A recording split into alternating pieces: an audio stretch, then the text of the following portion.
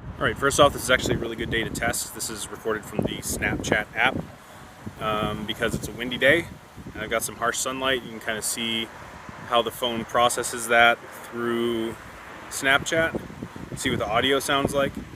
And the other nice thing is that you get the wide angle lens on this as well. Like, I don't know if you, I'm not even like full extension right now.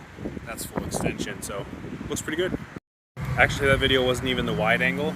This is the wide angle.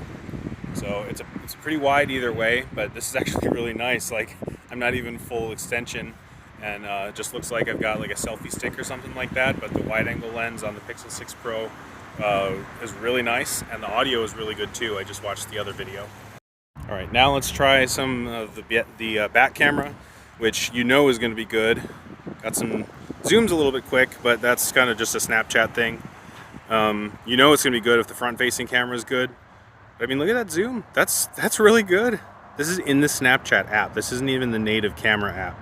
And I don't even think that was fully zoomed in. There we go. That's the full zoom. So, looks good. Colors are great.